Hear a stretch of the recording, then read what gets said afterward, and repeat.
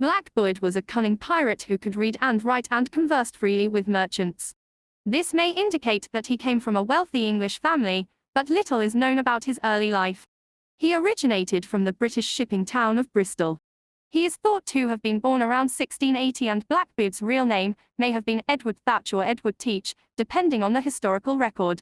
According to Charles Johnson and his General History of the Most Famous Pirates 1724, Blackbeard was most likely an English privateer during the War of the Spanish Succession. It is known that Edward Teach became a pirate and joined Benjamin Hornigold around 1716, and that he was based in Nassau, the pirate's den in the Bahamas, because of its convenient access to northern shipping lanes.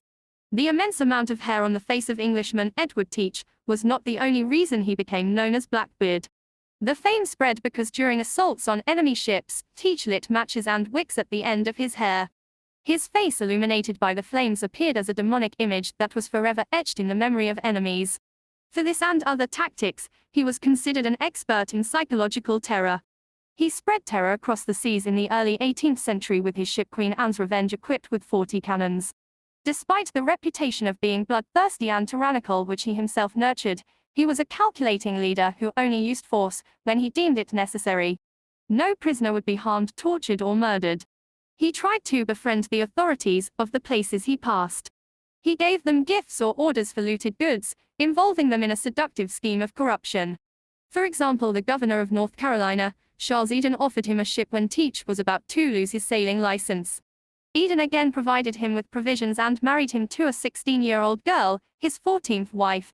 It is estimated that Blackbeard was between 35 and 40 years old when he was killed by Lieutenant Robert Maynard and his men of the British Royal Navy. Today his exploits have become folklore, inspirational tales, books and movies. On November 22, 1718, Blackbeard's death, perhaps the greatest icon of the piracy era, found himself in the lair of Davy Jones, a pirate expression for finding the devil under the sea. At dawn that day, a surprise attack by the British Royal Navy under the command of Lieutenant Robert Maynard near the northern island of Ocracoke caught the crew of the Adventure off guard and diverted them. Yet the ensuing battle was intense. The powerful guns of Blackbeard's ship killed about 29 English sailors, 2/3 of the sailors present. The ensuing duel was bloody and might have ended well for the sea pirates if not for Blackbeard's presumption and his crew's lack of training.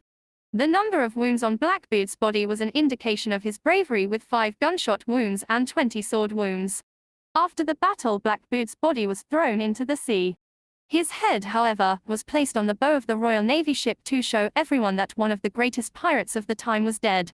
A period that marked the beginning of the hunt for pirates in the Caribbean. Blackbeard remains the most successful and feared pirate to this day, and his legend lives on.